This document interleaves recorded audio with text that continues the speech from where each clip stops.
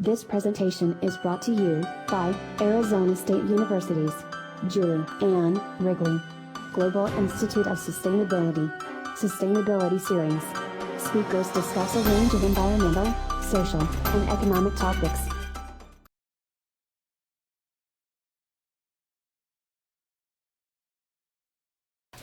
So before I begin, I'd like to just give a preview of what we've prepared for this session and start by thanking Leah and all of the team here for organizing and hosting. We're really thrilled to be here with you for these 2 days and to have the opportunity to speak to this group this afternoon. So I will start out with a brief overview of CI, and then each of my colleagues here will talk a little bit about a particular area of work that each is engaged in. And then I'll make a few remarks that tie what we'll hear from each of them together. And then really we're hoping to leave some time for some questions and entertain a bit of discussion before the time is up. All right, so let me begin with this video to set the stage. I am the rainforest. I watched them grow up here. They've left, but they always come back. Yes, they always come back. For my trees, their wood, my plants, their medicines. For my beauty, their escape. I've always been there for them, and I have been more than generous. Sometimes I gave it all to them. Now, gone forever. But humans, they're so smart, so smart. Such big brains and opposable thumbs. They know how to make things, amazing things. Now, why would they need an old forest like me anymore? Jungles, trees. Well, they do breathe air, and I make air. Have they thought about that? Humans, so smart. They'll figure it out. Humans making air. That'll be fun to watch.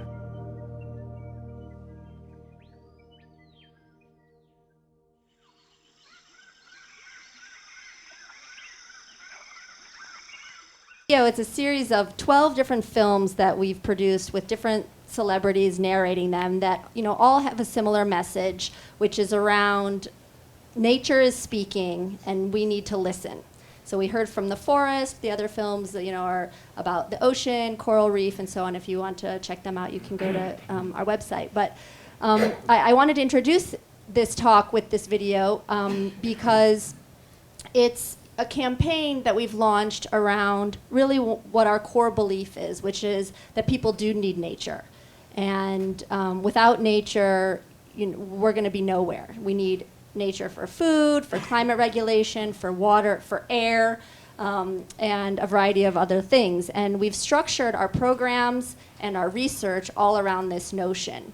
And not only do people need nature today, but well into the future. Earlier this afternoon, we had a short meeting with President Crow, and he made the point that we really need to think about sustainability as a multi-generational issue and think way into the future when we're tackling problems and making decisions and considering the consequences of those decisions. So with that, I will hand it off to my colleagues who will talk a little bit about different aspects of their work, and then I'll come back to wrap things up. Hello again. I'm thrilled to be here. Thank you so much for the invitation. So I'm going to talk today about accounting for nature and the efforts that the community, the global community is taking over the last few years. So just before, a little bit. We've heard from Daniela, and we've been talking all day that nature is the foundation for the prosperity of people and economies. We rely on forests to stabilize our climate. We rely on insects and pollinators to the food we eat, majority of food we eat, we rely on the water provided by rivers, lakes, and oceans, and the fisheries that we depend upon. But this information seldom really is taken by decision makers, and the impact that we make on nature is also often ignored. So what we really need is to use the systems that the government and business rely upon to make decisions and capture and integrate the values of nature into those systems. Over the last 20 years, the scientific community has done an amazing, incredible work on the nature benefits in terms of ecosystem services, but they still remain what they are, largely a one-off exercises that with very few exceptions really reach policy decision making both for business and the public sector. So let me start with the public sector. We have the system of national accounts. This is going on for a very, very long time now. This is where we derive macroeconomic indicators like GDP. And this is very comprehensive, it's systematic, and yet it's flexible and it's used by countries. All countries in the world use the system of national accounts. Now, what the system of national accounts doesn't really deal with is with nature benefits. And over the last 20 years, there has been a major push and a lot of work toward how we can do that. And so recently, about 3 or 4 years ago, the United Nations System of Environmental Economic Accounting got the first standards for incorporating some of those primarily renewable and non-renewable benefits into the system of national account. That's what we call central framework. We're talking about minerals, we're talking about water, we're talking about timber, and it's a tremendous victory for all of us. But it's yet a very limited approach because, once again, this only looks into some of the stuff that we use that comes from nature. It doesn't really account for the ecosystem benefits nor for the ecosystem that they provide. Let me give you an example. Water, for example, is part of the central framework.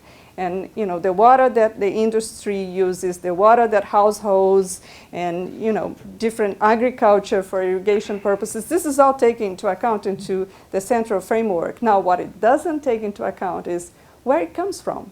Is it sustainable? Will we have this water over time? What's the role of the ecosystems regulating for this flow of benefits? That's what we deal with in the context of experimental ecosystem accounting. Now, it's experimental. We are really in the process of trying to figure out how we can really look into those benefits, and especially those very important regulating services that we've talked about for a long time, and incorporate that into our accounts. Now, there is, importantly here, we really look into the areas of ecosystems, where they are, and the benefits, the overall condition in terms of their health, and the benefits they provided. And again, we match this with a supply use table. So we have basically the services that are not only provided but used by different economic sectors and beneficiaries. So a major breakthrough, we are in the process of testing this. How do we do about piloting experimental ecosystem accounting? 3 years ago, funded by the Moore Foundation, we started this project in San Martin, Peru, which is the upper Amazon based and in the slopes of the Andes. Very interesting region in terms of biodiversity, very complex landscape of forests, swamps, wetlands, high gradient altitude in terms of from 300 meters to 5,000 meters above sea level, and also very complex agricultural landscape and a long history of deforestation in this region. So working very closely with the government, we set ourselves to develop 8 ecosystem accounts that covered all the ecosystem classes in the state, which is about the size of Costa Rica, 50,000 square kilometers. The condition of these ecosystems in terms of biodiversity, carbon, fragmentation, as well as the provision of numerous benefits, including timber, firewood, water, sediment regulations, bushmeat, ecotourism, that we basically, using different modeling approaches, estimated their, those benefits as well as the monetary values associated with them.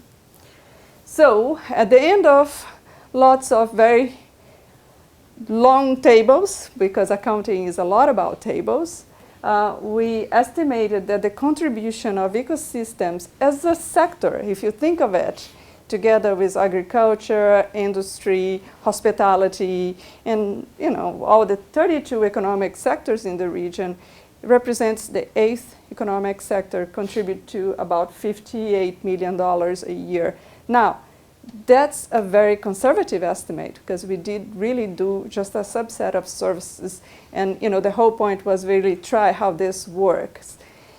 In any case, it really highlighted some of very important issues that we weren't aware of. For example, there is a swampland called Aguajales in the region that was really not, we don't think much of it, and it's primarily cleared for rice paddies.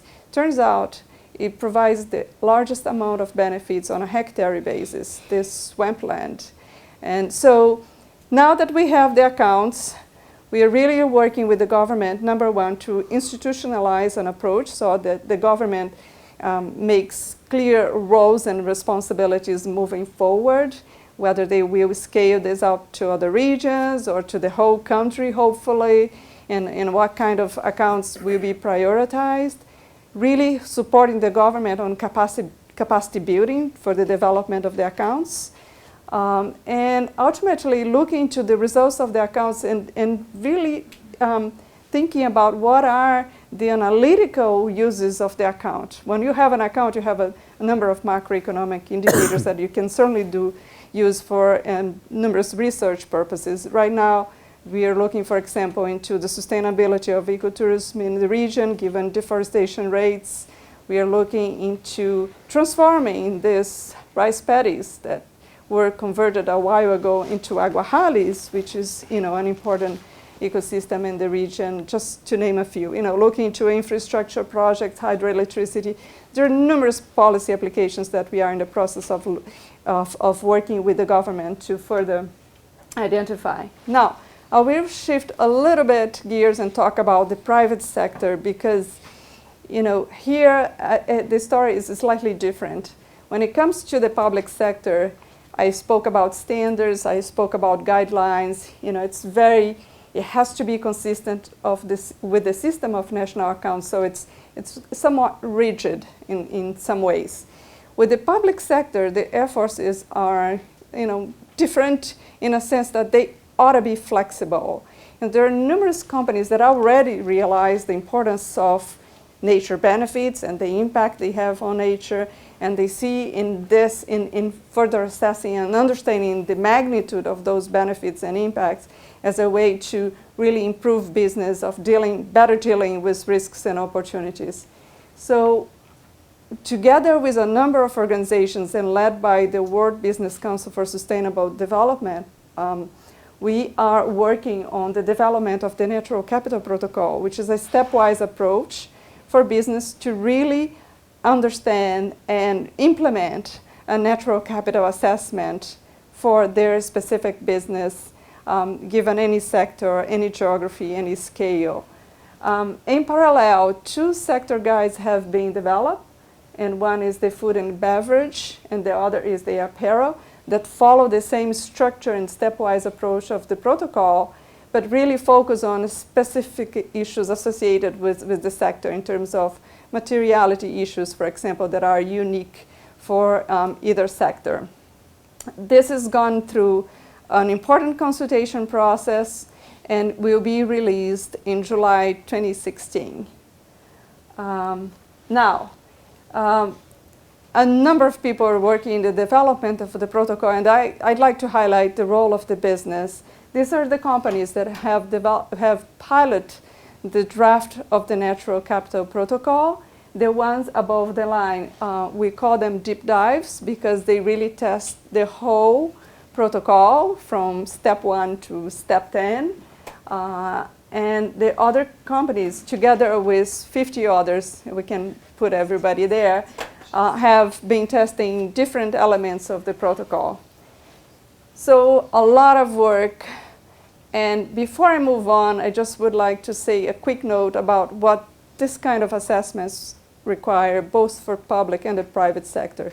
These are interdisciplinary approaches. They really require a lot of expertise. They require remote sensing specialists. They require spatial modelers. They require ecosystem services modelers. They require economists, statisticians, experts in business, experts in policy making. So all coming together toward a common goal and building disciplinary bridges so they can clearly understand each other, communicate each other.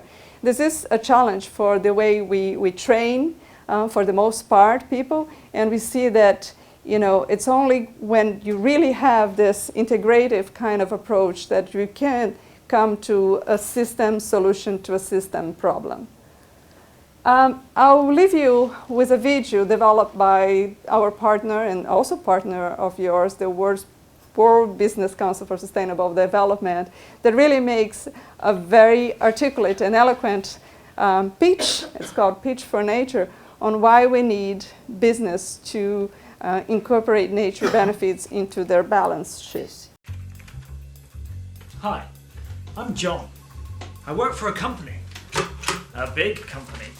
A company that still doesn't realize it relies on nature, which is why I'm organizing a meeting, a big meeting, to discuss natural capital. It's a new idea to boost our business. You've heard of financial capital, right? So what is natural capital? Well, let's take company A, that's us. We make shoes, lots of shoes. So let's take a shoe. This one's a leather. Leather comes from cows. To make a cow, you need grass and grain. That's a lot of land and a lot of water. To make a shoe, you gotta have a sole. Do you think soles come from thin air? Get a grip. We need rubber, and lots of it. This rubber comes from rubber trees. Trees need land, soil, and water. We need aluminium for eyelets, another natural resource. Let's keep moving. We need energy, water, chemicals, dyes. Our shops need building, cooling, lighting, heating. And when our shoes wear out, imagine this. Severe floods hit somewhere important in our supply chain. Livelihoods are lost. Our factories fail. Hashtag corporate nightmare. But does it have to be that way? What if we replant forests to protect our sites from floods? Or restore wetlands to filter water? Or turn old shoes into something new? What if we realized that investing in natural infrastructure could save us cash too? So back to my question, what is natural capital? It's all the value that nature provides for us, the natural assets we have. If our company had to pay for our impact on nature, we'd owe $6 a pair. That's real money. So ask yourself, what does nature provide for your business? And shouldn't it be on your balance sheet?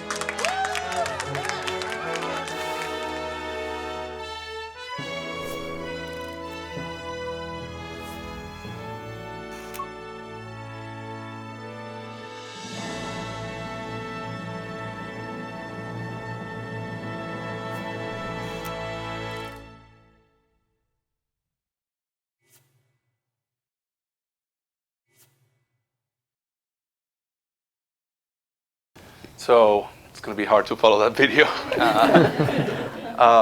My name is Jorge Oma, and I work at CI, and I lead this incredible network of sensors in tropical forests. And I'm going to be talking a little bit about how, what some of the lessons we've learned from this network, and also how does it fit into this whole mission of CI. So I don't know if some of you can see that in that picture. There's right there. There's a camera trap. Has anybody seen? Does anybody know here what a camera trap is? Okay. So we have camera traps all over the globe. About 1,000 of them monitoring animals, and we started this about 15 years ago to fill the gaps in tropical forest knowledge that we had at the time, and we still have. So tropical forests, even though they're only like 5 or 6% of the area in the world, they have more than half of the biodiversity, but we don't really know anything about them. So this project was created to start filling that gap. And we learned a lot of things from just monitoring animals and trying to understand what's happening and their role in ecosystem functions, in the ecosystem function of tropical forests. So one of the things that is we realized is that protected areas, which are the cornerstone of conservation, we create protected areas, and CI has done this with many other organizations and governments, and then we kind of hope for the best, right? And actually, a study that was published a couple years ago showed that 50% of protected areas are not effective in tropical forests. This is a very daunting prospect. But when we looked at this study in particular, and similar studies have been done, we realized that most of the data that was coming from this study was opinion-based. So people were being asked, like, what do you think is happening in your protected area? And people were saying, oh, biodiversity is getting creamed, and a lot of the motivation for that comes from, protected area managers wanting more money for their protected areas. So it's the system is was kind of rigged in trying to understand what is really happening in protected areas. If we don't have the data, how are we going to know that? And so we took that with a grain of salt, and we looked at, there's other tools that are used to measure the effectiveness of protected areas. This is one that is used very commonly. We use it a lot. It's been adopted by the GEF. The biodiversity program uses it to assess their success. And it's called the MET Scorecard. And it has a lot of questions, but only 5 questions about biodiversity outcomes. And you guys being the Center for Biodiversity Outcomes, you would think these were 5 well, there are questions that are basically opinions, or yes or no questions, right? So again, the MET tool, which is the standard we use for measuring protected area effectiveness, only has 5 questions out of 670, which deal with biodiversity, which are yes/no questions. Okay? Yeah, you shrugged over there. Exactly, I shrugged too. And so one of the things we used is that the data from this global network is to try to answer this question on a subset of protected areas that we studied for a few years. And this is what the TEAM network is about. The TEAM stands for Tropical Ecology Assessment and Monitoring Network. We put about 1,000 camera trap points in 16, 17 sites around the world. And we sampled for about 5 years or more in each of these places. And what we found was starkly different than what previous studies suggest. We have, first of all, not 50% of biodiversity, 50% of protected areas are being ineffective in terms of biodiversity outcomes. Actually, 20% of species are declining, another 20% of species are increasing, another 20% are stable, and then the remaining 40% are very rare species that we can't assess effectively. So it's a very different picture from what we got previously. And also, we couldn't match anything related to whether species were increasing, decreasing, or stable to any of the characteristics of these protected areas. So big or small, more isolated or less isolated, more money or less money, more hunted or less hunted. So we're just beginning to understand how to measure protected area effectiveness. But what is really clear is that we need data. We need data. If anything you remember from this talk, just remember that. We need data. And this network is one way to get at it. And we're very excited to be in this partnership with, or this possible partnership with ASU, because we see there's a lot of interest in taking ideas like this and amplifying them and taking them to scale. So that's something very exciting for us. We're moving in the direction of implementing these networks at a national scale. So actually having the whole protected area network of a country use camera trap monitoring or acoustic monitoring or some other form of monitoring where we get actual data from species that live in the forest, not just from looking at changes outside of the protected areas. So that's all I wanted to share with you, and I feel honored to being here and speaking to you, and thank you very much. So continuing with this theme of measurement, which is really something that drives CI, we're very data driven.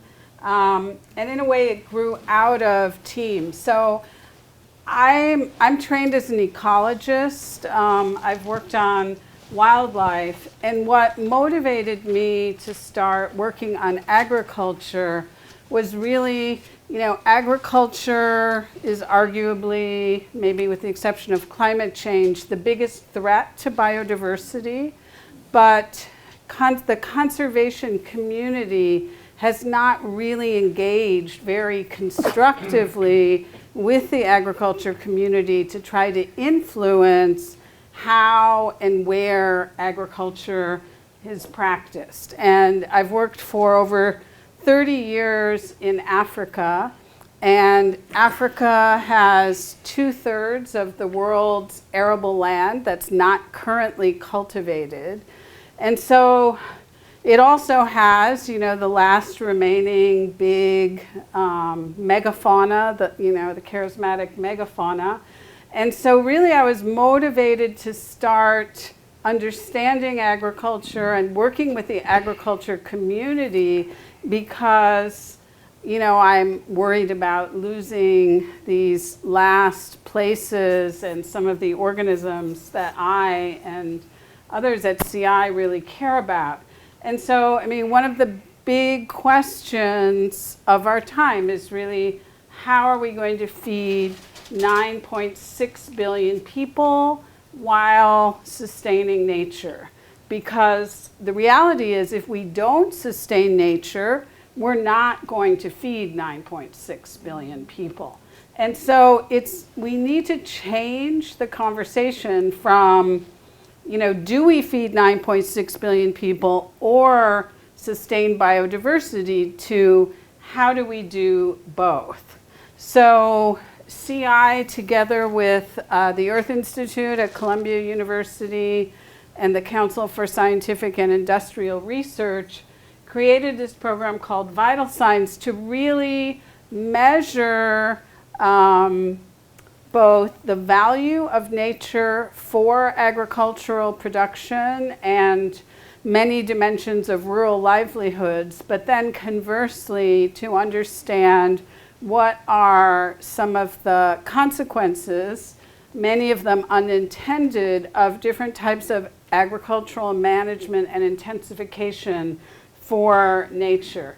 So this program, Vital Signs, which is funded by the Gates Foundation and a number of other donors, really aims to build capacity, initially in Africa, in governments to both collect the data that is needed to manage socio-agro ecosystems rather than manage agricultural systems here, conservation systems here, poverty alleviation over here, to manage it as a system.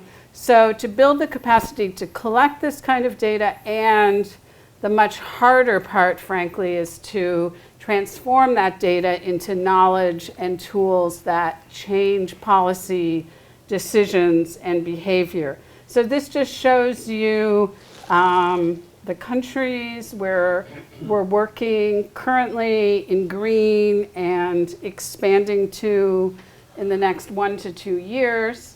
And then I just wanted to briefly touch on one of the outgrowths of Vital Signs, which came from a challenge.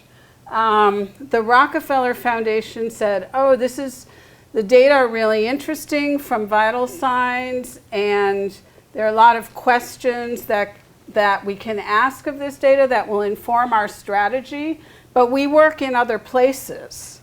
And so how much could we learn to inform a more sustainable approach to agricultural development and to the resilience of food systems and rural livelihoods by integrating existing data.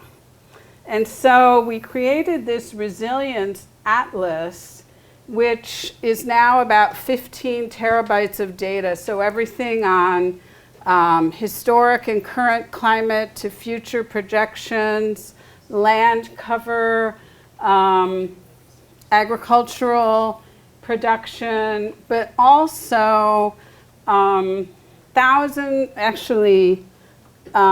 probably over 100,000 household surveys done partly by the World Bank Living Standards Measurement Survey, so that under this tool we have about 15 terabytes of data that are fused, the biophysical and the socioeconomic, to really so that anyone, but particularly governments, can ask the question. So if I'm interested in a particular production system or livelihood or ecosystem in a particular place, what are the stressors and shocks affecting that system? What's the extent of the stressor? So it could be, for example, climate variability or shocks. It could be conflict, flooding, market shocks. So what's the extent and the severity?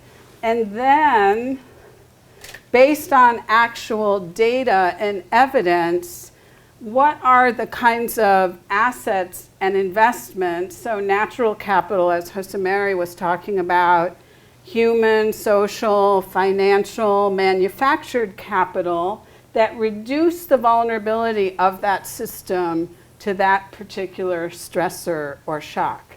And so essentially, underneath is all of this data, but what we have is kind of a data-driven storytelling tool that guides people with maps and photos and stories through the data to get insights. So if you go to the site, it looks like a bunch of slides, but actually those are updating as the underlying data and analyses change.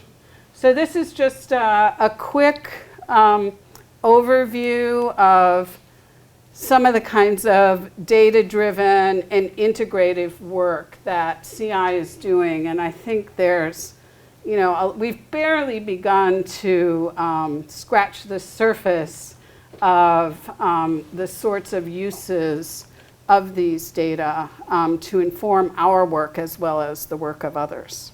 All right, so we're going to jump in the water here in oceans.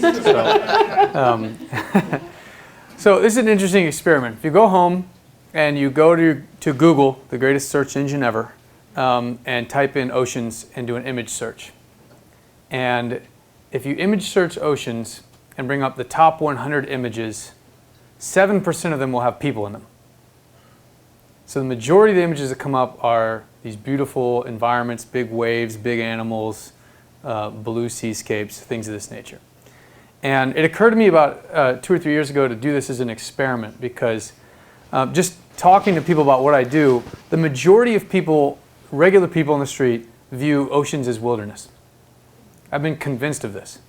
They don't view oceans the same way they view an agricultural landscape or even a protected area. They view them as wilderness that people have mucked up.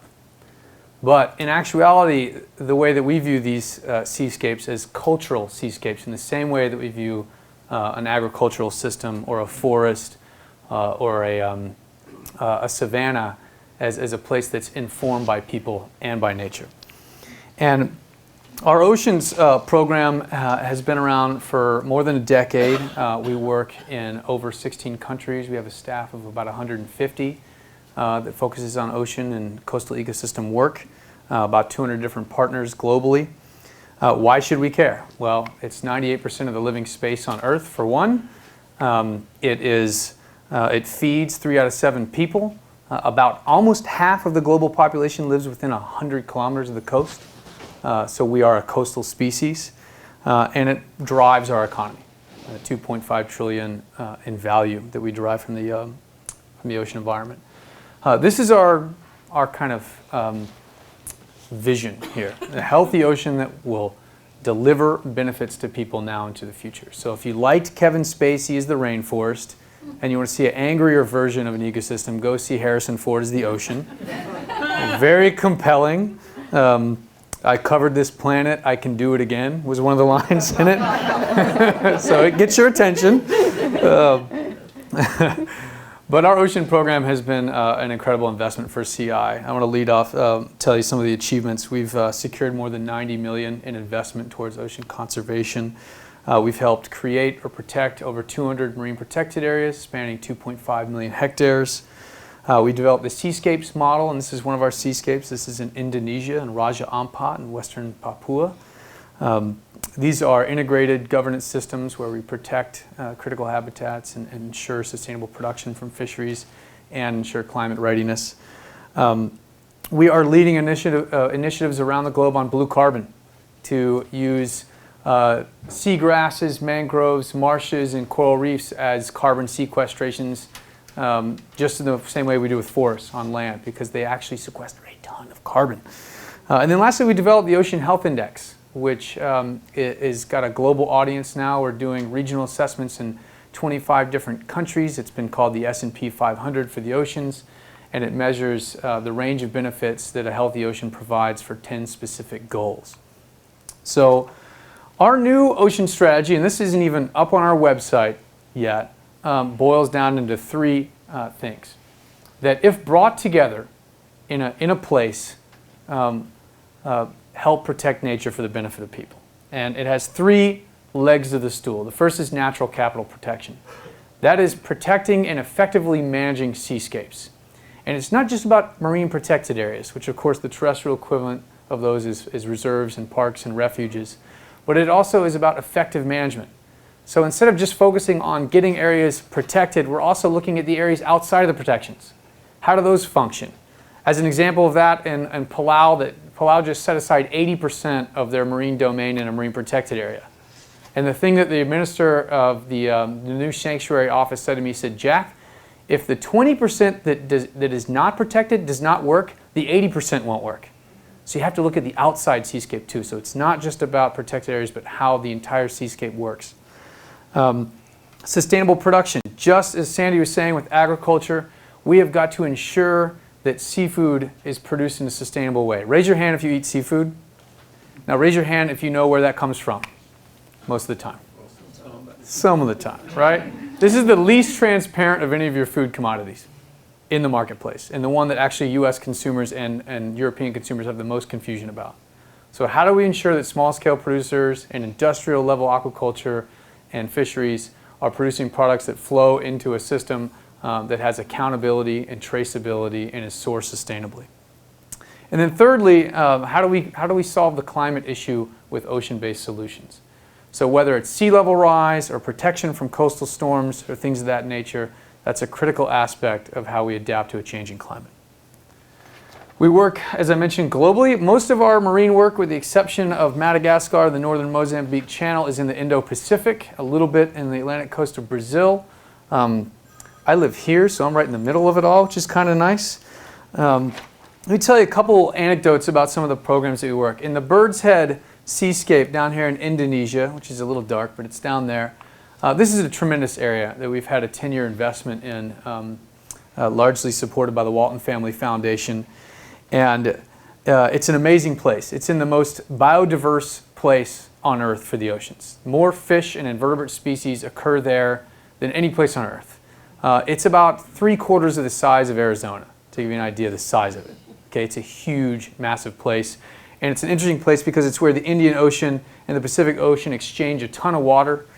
So there's a huge amount of oceanographic mixing that occurs there. We've led a coalition of partners together with other nonprofits, the government, the private sector, and so on, to create a 3.6 million hectare system of marine protected areas in this area. Absolutely incredible. And just as Jorge was saying with terrestrial parks, it's fine to establish those things, but that's really where the work begins. Because if you don't enforce them, then they don't matter. And so we've had tremendous investment on making them effectively managed and enforcement and things like that. And now overfishing has decreased by 90%. The traditional tenure right holders in these areas, the Papuan communities, manage these places, are in charge of enforcement, and have benefited significantly from the biodiversity and food security benefits of this. Sustainable production. Our Brazil program and our Colombia program have done some incredible things with seafood, making market-based linkages for small-scale producers. Brazil has implemented a traceability system where these small producers in the Abrojo Seascape, these are traditional fishers that live and work and extract fishery species from 22 extractive reserves up down the coast, and they now provide a traceability solution on that seafood. So the mangrove crab that they harvest carries with it a unique identifier, and when it's consumed in the provincial capitals and country capitals of Brazil, it carries that story with it, and those fishermen are benefiting from that. Similarly, in Colombia, the Colombia program has started this Eco Gourmet program, so they've linked these small-scale producers to a major sushi restaurant chain in Bogota. And that was the first pilot. It worked incredibly well. Fishers' incomes went up. The catch wasting went down because they did a lot of work on value chain improvements, so there was less wasting of the catch. You get an ecological benefit, an economic benefit, and you link partners that actually care and have the same value sets. And then lastly, on climate, here in the Philippines program has made a tremendous investment in the Verde Island Passage, which is an incredibly biodiverse area. And in 2013, Typhoon Haiyan went through the Philippines. Anybody remember hearing about Typhoon Haiyan? Super typhoon. We were looking up the wind speed, 315 kilometers per hour. It's 200 mile-an-hour winds sustained. It was devastating to the region. There were 1.5 million families affected, 1 million people out of their homes, incredible devastation. We've been working there to do mangrove restoration for many years, and the places where mangroves had been restored suffered less damage than the other places. So it's a nature-based solution to that climate crisis, and that's a way to prepare communities to be resilient in the face of things like major storms. So that's our ocean program. Thank you so much, and I'm looking forward to the discussion.